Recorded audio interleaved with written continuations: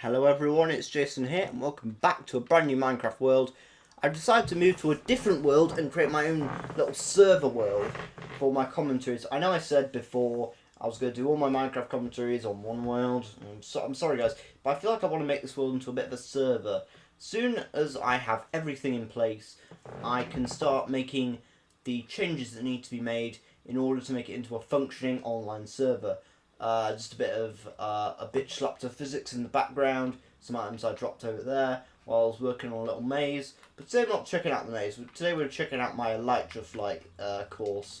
Just going to flight there because it's quicker, but I have ladders for survival mode. Today our topic is going to be League of Legends.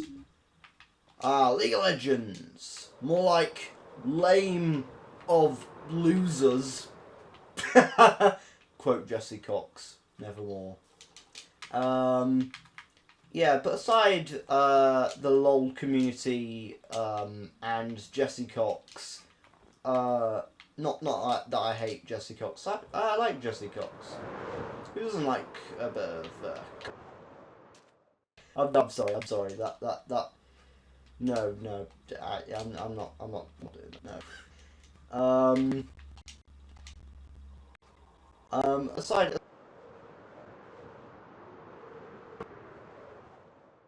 it's understandable to see why League of Legends has become the juggernaut of MOBA games. Vainglory, Heroes of the Storm. Most people haven't even heard of them. I know that certain people would say, well, Heroes of the Storm's still going, Vainglory's still going. Yeah, they are, but they're still not as big as League of Legends. League.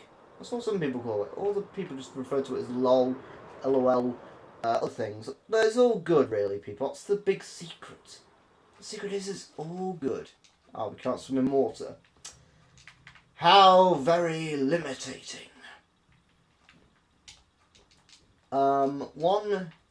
Let's just take a detour over here. It's my maze. It's amazing. Ha ha ha. Anyways, So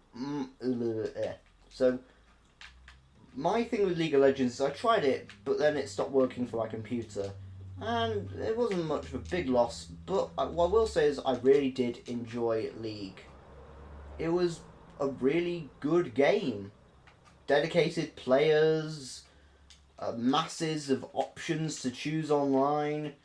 You could essentially most matches will work the same. Two teams keep pushing against until one powerhouses its way through by having either better champions or using the champion's abilities better than the other team. And I can see how that would get tedious. But the amount of variety is also astounding. Just open your eyes and look for the variety. You'll see it's definitely there. When it comes to most MOBA games, there isn't a huge range of characters, which is a bit of a shame because that's really what MOBA games should be about. When you think MOBA games, you should probably, when you think MOBA games, you should probably also think a huge list of characters, each with their own interesting lore and backstory. And I think that's probably due to League. League of Legends. I'll try and stop calling it League. But League of Legends has so many interesting characters. I think a few I should probably go through in this video. Just my favourite ones. I don't know the Runeterra lore off by heart, but I can tell you that there are two kingdoms. Demacia, very righteous and glorious, very full of themselves, and Noxus, a sort of very dark, shady, more criminal underbelly of a kingdom. There are, I believe, two main races. They consist of humans, of course. In every fantasy game, there's humans. Give us some variety, people. And Yordles, which are basically small little furry critters. They're not as furry. Like maybe there's sometimes they're miniature humans, other times they're miniature, like miniature animals. And basically, the humans and Yordles really have no angst against each other. They have no means against each other. But what they do, what they do have is, with humans, they're more of a great kingdom builders, and Yordles are more great inventors, typically speaking. Now, with Demacia and Noxus being heavily pit against each other, they decide to settle things in the Fields of Justice, which is where League of Legends takes place. Just imagine it as like an online arena, but instead of being a person behind a computer, you're actually a summoner, summoning a champion to fight for you. Now on to the aforementioned champions. One of my favourite is Braum. The big guy with the shield. Originally, the tale of how he got his shield went something like this. There was this troll. Oh, I forgot to mention trolls. Shit, they're not as important as Yordles or humans though. There was this troll boy who was trapped in the middle of this mountain, and try as he could, Braum could not prise the door open. He couldn't break it. He couldn't do anything. But then, after much pondering, he went to the top of the mountain above the door and proceeded to smash downwards Hulk style until he reached the troll boy and sheltered him from any incoming debris caused by himself. That's the story of how Braum got his shield. But there's many other Braum stories according to the legends. Many stories. He's like one of the more, legendary of the League of Legends champions. My favourite champion, I'd have to say, Gangplank. What is Gangplank, you might ask? Well, Gangplank is a pirate who basically spent the entirety of his life building up this vast criminal empire, you know? The true pirate and scourge of Noxus. I think his main phrase is, I was slitting throats and sinking Noxian war galleys before you were pissing your britches, boy. Trust me, you don't want to face off against me. Now that's a real phrase. That's a real threat. I don't know what anyone else's main threat is, but he's got my vote.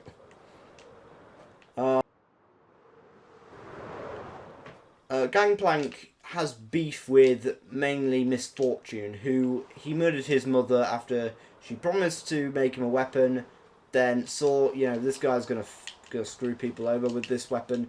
I ain't giving it to him. Then he just decided to burn her entire house down, leaving poor orphan Miss Fortune to her own devices, where she went and became a bounty hunter, and that's when she first donned the name Miss Fortune.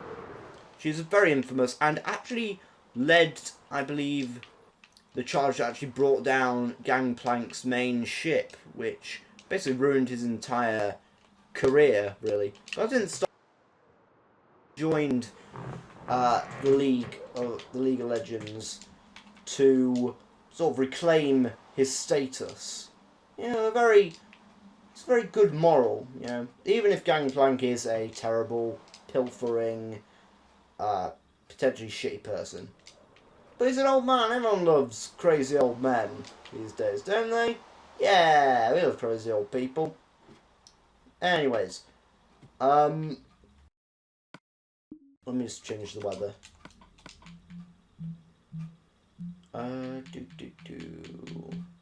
Weather. There you go. Another good champion, in my opinion, is Ziggs. Now, there's 3 main inventors when it comes to Yordles that you need to remember. There's Heimerdinger, Ziggs, and Rumble. Now, Rumble, then I'll start with Heimerdinger. Heimerdinger is on one end of the spectrum. He's a very eccentric inventor who often feels like he just gets in people's ways by causing a lot of noise, but he's really devoted and dedicated, and actually invented a device that acted as a sort of slingshot sentry to defend against a quote-unquote giant invasion. That led to him being praised as one of the greatest Yordles ever to have existed. However, on the opposite end of the spectrum, there is Rumble. He was a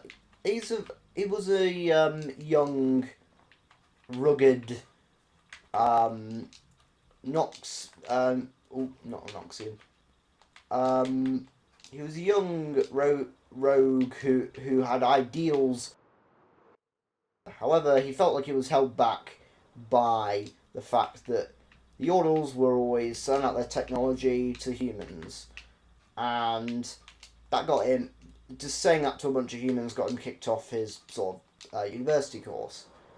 He then returned with a giant ass metal suit, and then went on to say, "Now you'll witness the true might of the Yordles," or something like that, or true might of Yordle technology. I think that might have been it. Then in the middle you have Ziggs. With both, despite the fact that they're both enemies. That kind of feels like a bit of a dick move. Oh, hey, Heimerdinger, I'm your friend. Oh, hey, I see, Rumble, I see you're enemies with Heimerdinger. Can I be your friend too? Yeah. Ziggs is actually quoted by Heimerdinger to be a very brilliant mind. And, for good reason. His Hextech technology... Hextech. Try and say it 5 times fast. Hextech technology, or is Hextech, is essentially a work of genius in terms of the field of explosives. However, they can be extremely dangerous. After demonstrating to try and get his place in a prestigious university, there was a miscalculation and his display exploded. However, armed with this new tech, he managed to rescue some Yordles from a sort of evil human captor. Now, this gained him a place on the university course and secured him a place in the League of Legends as well. Now, what I like most about Ziggs is his enthusiasm. Even on his thumbnail picture, he's like doing this really sinister Junkrat grin. Let's just say he was the original Junkrat. He was Junkrat before it was cool. Oh man, we're picking up some wind speed here. This is the best tactic I think I've ever seen. Let's see how fast we can go. One thing I also like about Ziggs is that he's managed to be friends with 2 people who are in normal circumstances arch enemies. I mean, enemies in the League of Legends go deep into the roots of hatred against each other. Arguably no more so than Lucian. When you think of League of Legends rivalries, you might think of Zen and Shed, because they were both raised together, both trained under the same master, who was also Shen's father, who Zed then killed in order to get that ultimate power he sought after. That rivalry went on into League of Legends, but basically that rivalry is still strong, and even though Shen isn't a dark, forbidden art learning, know-it-all assassin like Zed. He's still, I think he's like a demon hunter or something. He's got some prestige in Runeterra. He's known across the land. He was one of him and Zed were actually the ones who hunted down Jin. Who's another one of my favourite champions. I'll talk about more on him in a little minute. But first I want to mention Thresh and Lucian. So Thresh was a dick. There used to be a civilization of humans about where their laws were a little screwy, and one day the main sort of mage at a sort of governmental institute, like very high end, like top of the from the very top. He was assigned to keep track of the. After losing his mind from staying down there for days and never speaking to anyone, he got bored and sought to torture himself for fun. That was before they gave him a prisoner to look after. How nice! He tortured him horribly, never killing him, but always bringing him to the point where he'd be near death. Yeah, Thresh was a bit of a dick. When that land basically died in a, I kid you not, sort of undead magic explosion, Thresh became a spirit who sought out to take people's lives away and also cause pain. I'm just going to put this here. Errors must not be made. And not accounted for, really. So we've got like Symmetra back there.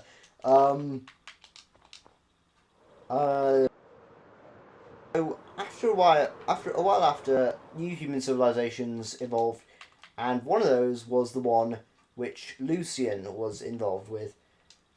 He was, I believe at the time, a hired gun, and had a lovely wife called Senna. Thresh took her soul and basically said, "Fuck you, I'm death now. I can do whatever I want." Lucian got pissed and decided, you know what, screw you, Thresh. I don't care if you're the physical Grim Reaper. I'm gonna kick your ass. And kick his ass he probably did in the fields of justice. Lucian vowed to chase down Thresh eternally until he got vengeance for Senna. Killing off undead as he went around his business. Lucian toted the Light Slingers, a set of sort of medieval style pistols, because they can't have pistols in a game like League of Legends. No, it has to be some sort of explanation. No, but seriously, the Light Slingers, they are amazing. I tried playing Lucian back when I first played League on a friend's account, but I wasn't as good as I hoped I'd be. I just can't AD carry, you know. I thought it was a good idea to support as Greaves, if you can believe that. Speaking of Greaves, Greaves is another one of my favourite champions. Just give Mug with a beard the biggest shotgun in the history of shotguns, and you have Greaves. He worked with Twisted Fate on a bit of a criminal spree before Twisted Fate betrayed him and basically left him for dead. While he rotted in prison for a while, he contemplated and decided, fuck Twisted Fate, I'm gonna kick his ass. Then he broke out of jail, went for Twisted Fate, and their battle led to a massive path of destruction. However, it reminded Greaves of what he really wanted to do crime for. Not for the money, but for the sheer chaos, you know? He just wanted to blow shit up, you know? He was a bit like Ziggs, but not as explosively enthusiastic. He was more of a gunman, if anything. Twisted Fate was raised by a sort of a group of travelling gypsies who basically got wiped out. He was outcast from most homes he came to, and so had to rely on gambling for survival. His luck got him the infamous name of Twisted Fate, and his magical abilities helped him use his cards and manipulate them in ways that could be used offensively. These two teamed up for quite a while before joining, I believe, the Fields of Justice, and joining the League in general. And I really think their story is quite cool. Now on to the promised Jin, the Virtuoso, or Jin. Now, when you think of death, you usually think of it as a very somber occasion, but Jin thinks of masterpiece of life. You know, it's the final scene rather. It's Act 3, Scene 5, if you will. If you would allow me, sorry, the pauses. He's probably one of the most interesting champions, not just because of his moveset. Jin basically became known as like an infamous assassin. He would basically murder on a whim for years, and it took Shen, Zed, and their father about 10 years to finally capture him. He was a real challenge. And once they captured him and turned him into the government, they decided, well, this guy murders people and makes horrific displays of their bodies. Let's release him and set him on our enemies. 'Cause nothing would ever go wrong in that scenario. Yeah, that's what they did. Well, let's just say Jin went about creating his masterpieces. I will go over his moveset. For his neutral, he has Whisper, which is like a little shotgun. Quite good for long range, though. Not a shotgun, like a pistol. Ugh. Jason, what you talking about, man? There's also his Captive Audience, which I believe is his W. That basically slows players who step on it and completely stops them if they're hit with his neutral attack while on it.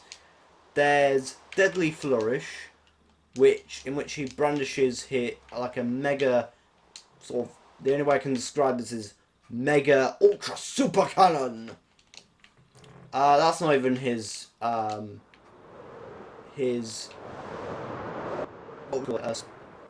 ultimate. No, I don't think there are ultimates in League of Legends. I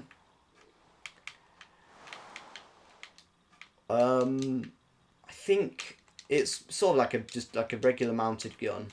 But it deals like a ton of damage. His other special move is Dancing Grenade, which is a grenade which will bounce off enemies' heads and explode on the final target. And it is cool as hell to see. You just need to see it.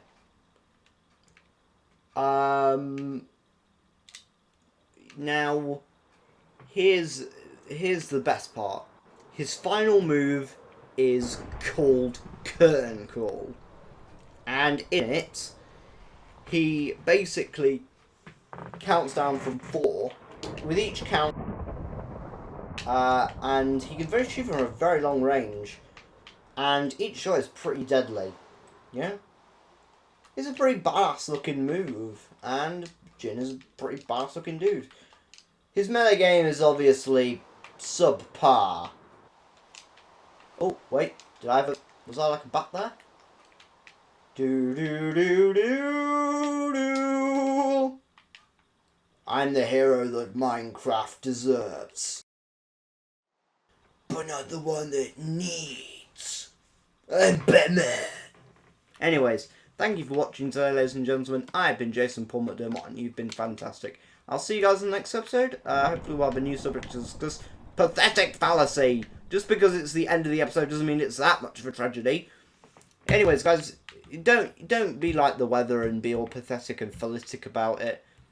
If you enjoyed this episode, you can watch other miniature podcasts that are on my channel. Just look for videos titled Discussing, or with Discussing in the title, and you guys should find it, you know? Anyways, leave a like, comment, do all the good stuff. All the good stuff that makes the world go round. I'll see you guys in the next episode.